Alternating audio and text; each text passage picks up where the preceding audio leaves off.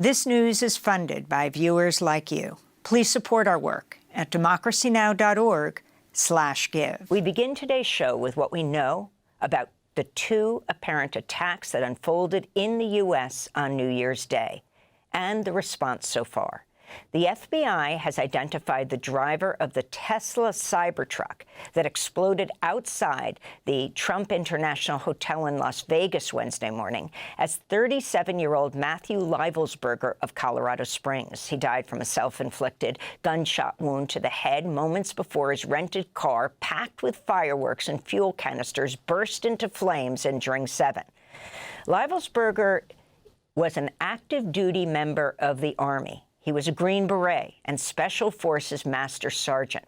From 2017 to 2019, he served 3 tours of duty in Afghanistan. Before that, he deployed to the Republic of Congo, Ukraine, and Tajikistan.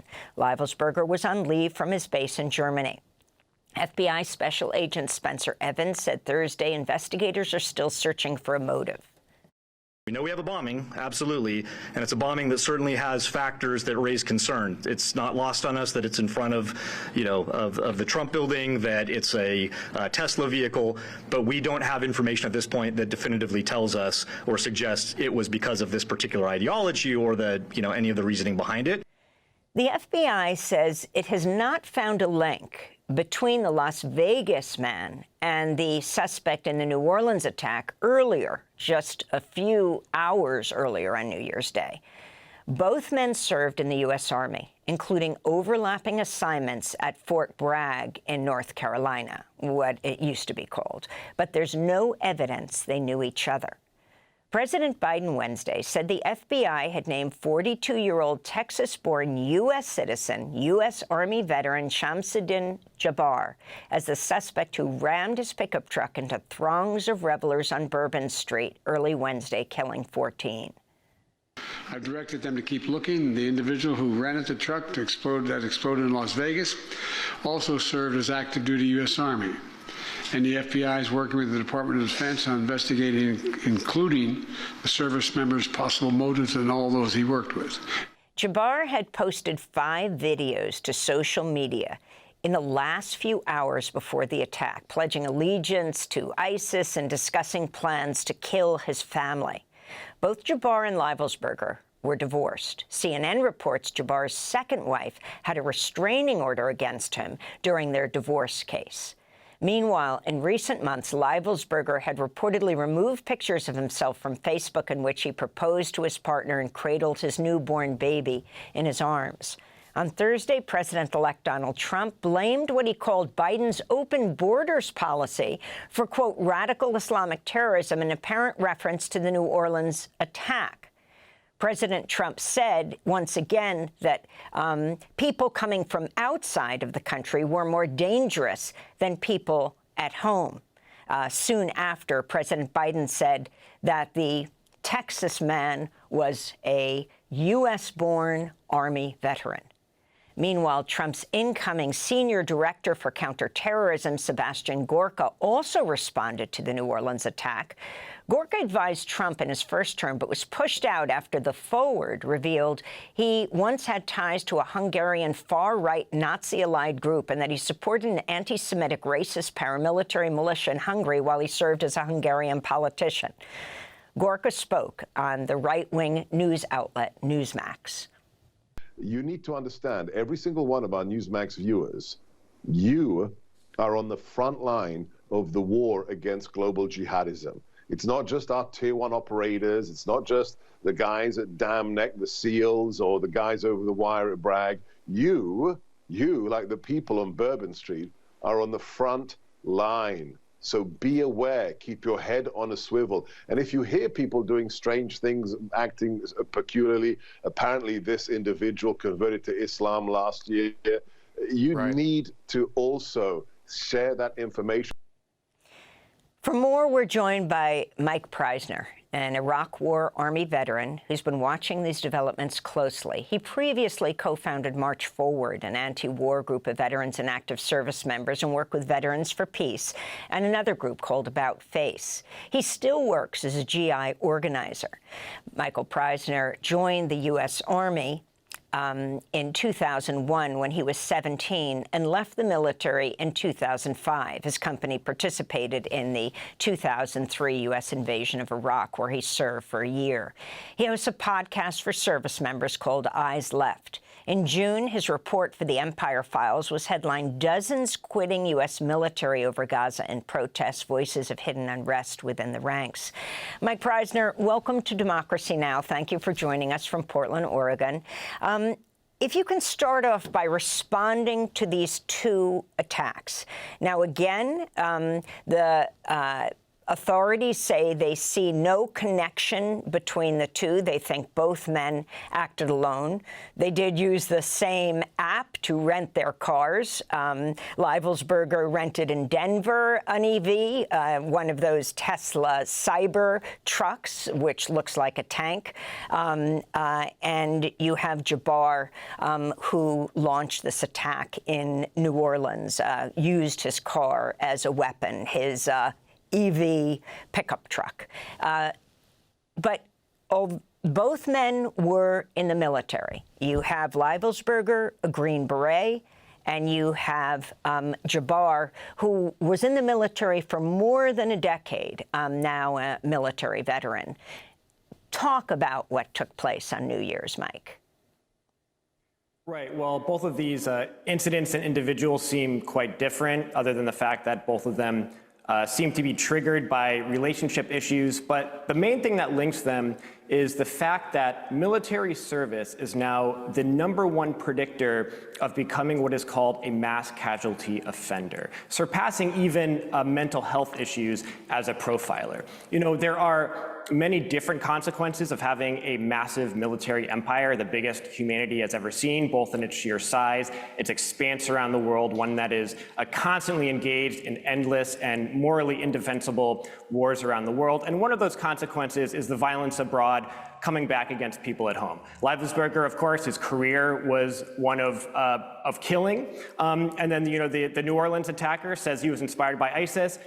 The mass killing ideology of ISIS. ISIS would not exist were it not for the U.S. military's complete destruction of Iraq and mass killing of innocent people. You know, America in general, of course, has a mass violence problem. Mass shootings happen quite regularly, more than once a day on average.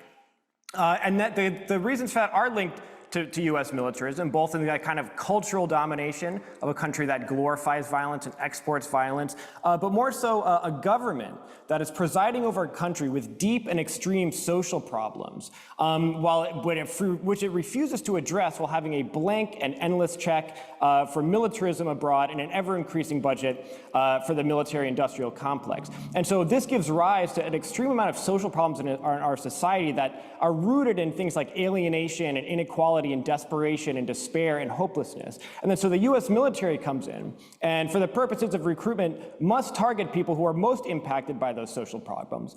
They bring them into an institution where they train them to kill. They train them that killing is actually quite honorable and quite cool. It sends many of those people to kill abroad. You know, it has a notoriously, very notorious for ruining people's mental health and a mental health system that makes people's mental health problems even worse, and then spits them back out into a society where people find their lives harder than when they join. That's kind of why I think that has become a #1 predictor of becoming a mass casualty offender, is all of those consequences. And you know, we look at Fort Bragg in particular. You mentioned both these people passed through Fort Bragg. You know, Fort Bragg was for 2 decades the hub of the global war on terror, in particular the special operations factor, which does some pretty dark stuff around the world. And so it's really no surprise that 2 of these people passed through this base and that they are just joining a larger number of people from the military who end up carrying out acts of violence on others. A lot of these are turned inward, and there's, of course, an epidemic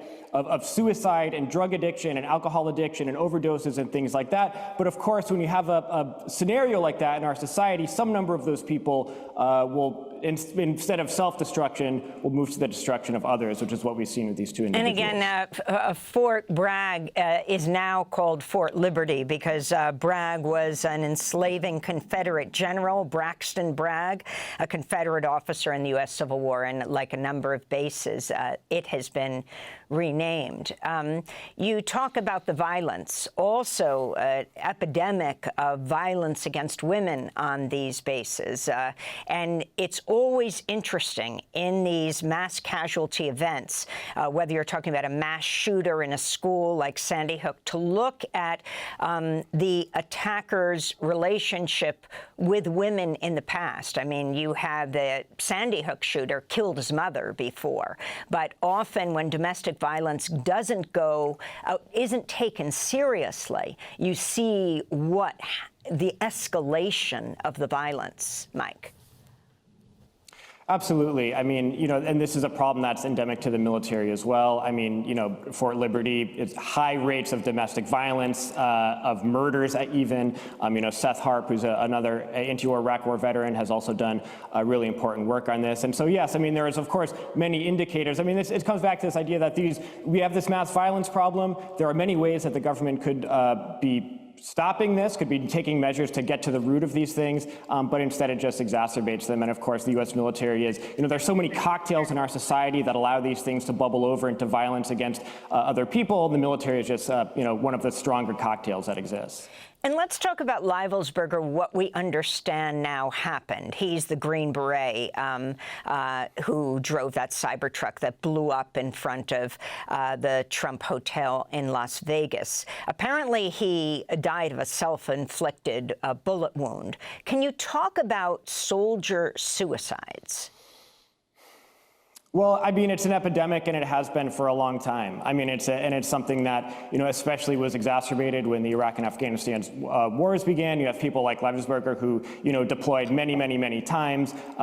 In special operations, he no doubt was involved in things that involved in killing all over the world. But, the way that the military historically, and, from my own experience, being in touch with so many service members who were struggling against this, the military's policy when it comes to mental health and suicide and things like that is to maintain the fighting force. And so the goal of the U.S. military when they're dealing with this epidemic within their ranks is to keep the fighting force active and keeping people deploying and things like that. And that's what we saw throughout the wars in Iraq and Afghanistan. And so, of course, there's a great deal of this, in society writ large. But in the military in particular, so Livelsberger, who injured many people and could have killed some people as well. And so, on face value, it looks like, he was just another statistic of someone from special operations or the military in general that killed themselves, but, was doing it in this kind of spectacular way. Went out with a bang, which, with our corporate media that sensationalizes so many of these incidents, maybe was inspired to do something that, made a scene or something like that. But I think the suicide is, of course, a major problem in the military and in our society for the reasons that I mentioned earlier. And that, there's going to be some layer of those people that, want to turn that violence on other people as well as themselves. An article in the Washington Post from about, a month ago is headlined, "Trump could hobble renewed fight against domestic terrorism, analysts warned." Now, this is really interesting. I remember when Obama came to office and there was a report on domestic terrorism, especially right-wing terrorism in the military. He was pressured not to have that report released. This is an ongoing issue. Then you have the misinformation that Fox put out on New Year's Day, saying that the truck that was rented came over. This is the truck in New Orleans that Jabbar used, came over the border in the last 2 days. It was not minutes later that Trump didn't post on Truth Social that finally people have to accept that people who come from outside this country are more of a threat than people who are born here. And he attributed the minimizing of foreign threat to Democrats and the fake news media. Of course, he was wrong about this, and Jabbar was a U.S.-born, U.S. citizen, served in the military for more than 10 years. Mike. Of course. Well, the Trump administration is going to use the New Orleans attacker to, feed into their right-wing agenda. The reality is that when we look at extremist attacks or violence from people who have been in the military or are still in the military, a very, very tiny number of those people you could say were inspired by Islamic extremism. But right-wing extremism is, in fact, a very prevalent and common thing, and has been throughout the entire history of the U.S. military. I mean, the Ku Klux Klan, the America's premier domestic terrorist organization, was one founded by military veterans. And throughout the entire history of the U.S. military, white supremacists and right-wing organizations have heavily recruited from and been led by people who are in the military and military veterans as well. This all came to a head in the 90s, the Oklahoma City bombing, but also you had neo-Nazi service members in the Marines commit a lynching of a black couple in Fayetteville, North Carolina. And then so there was this brief period of crackdown of the military on right-wing extremism, but when the Iraq War started going very badly and they needed bodies to continue to go to the Iraq War, they completely removed the restrictions on this kind of thing. And then, which has been exposed by many journalists, were knowingly bringing in right-wing extremists, some of whom were going into the military specifically to get training to bring back out into their organizations. And so today we have many far-right organizations like Atomwaffen Division, Identity Europa, Patriot Front, some of those organizations founded by veterans, but also who recruit heavily from the military and veterans as well. Like leaked documents from Patriot Front show that more than 20% of their applicants are young veterans or people who are still in the military. This is a real danger. The Oath Keepers. After January 6th, it was revealed that so many of the participants were military veterans. In fact, many from the special operations were really the tactical leadership of that assault, and many of whom had stashed large numbers of assault rifles and ammunition in hotel rooms that were very near the Capitol assault. And so, of course, this is something that should concern everyone. It's obviously, the real clear and present danger when we're talking about extremism from within the military. But the Trump administration has indicated that the problem in the military is, in fact, wokeism. And they may be going after woke generals or things like that, which really means they will be going after trans people. But also, I think it's very concerning when we talk about what we should look forward to with the Trump administration, how they're going to combat extremism from the military. One of Trump's main program platforms on his 20-point program for his presidency, one of them was deporting pro-Hamas terrorists. And so, of course, we know that the Trump administration, when they say pro-Hamas, they really just mean pro-Palestine. This, I guess, brings me to the point that the military, as we've been discussing, really transforms people. In a lot of ways, it can tend to transform people in extremely negative ways. But a lot of times, people's military experience puts them in a positive direction and causes them to reject the violence that they were a part of, which is what we've been seeing the past year through the Gaza genocide, where large numbers of service members have been quitting the military, both publicly and privately, have been taking part in demonstrations to try to protest the U.S. role in it, and taking other really dramatic and heroic actions in that regard. And those are the kinds of people that Donald Trump and Hegseth and others who are going to be a part of the administration identify as extremists, when the real threat of right-wing extremism is going to go, of course, completely ignored, because that's really the base of the incoming administration. Finally, Mike Preisner, a recent Guardian report headlined "Trump Pick a Threat to U.S. Military's Counter-Extremism Effort." Experts warned, quote, Pete Hegseth, Donald Trump's embattled choice for Secretary of Defense, will struggle to handle the serious problem of extremism in the U.S. military due to his own far-right political views. Experts in the subject have warned.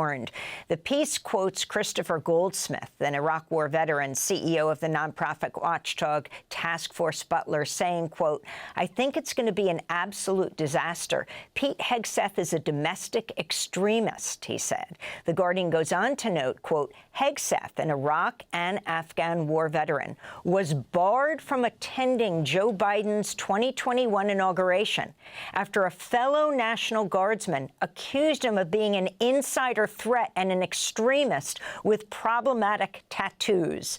Mike Preisner, your final comments. Yeah, well, we are in a tumultuous time in America, both a time of heightened political violence and at a time of growing despair and growing inequality in this country. The military, being a cross-section of that U.S. society, experiences those things as well. And in that moment, there are going to be numbers of people in the military and veterans who are going to gravitate towards right-wing organizations and go the path that Hegseth went. There's going to be people who do the opposite, and there's going to be people that just turn inward into self-destruction and despair. And so that's why I think it's very important for progressive-minded people, to realize that there is a role we can play in reaching out to people who are in the military, who can go down a different path and can go down the path of the many heroic service members who have taken a stand, who have quit the military, and who have used their experiences as a force for good in this world. And getting back to this main issue of that we have these deep-rooted problems in our society that give rise to these incidents of mass violence. Service members and veterans, instead of being a number one mass casualty offender, so many of them can actually be a part of changing society and getting to the root of those issues and moving society forward, as they have historically in the past. Vietnam veterans leading the struggle against the Vietnam War, Iraq veterans leading the struggle against the Iraq War, and in both those incidents being decisive factors in those wars coming to an end. We have much bigger problems to address in society. Service members and veterans can very much be a part of solving them, and it's very much needed that we foster that among progressive people, because there is clearly a faction on the right wing that is very much already doing that and taking advantage of that, and of course is entering the highest seats of power with people like Hegseth. Democracy Now! Is funded by viewers like you. Please give today at democracynow.org/give.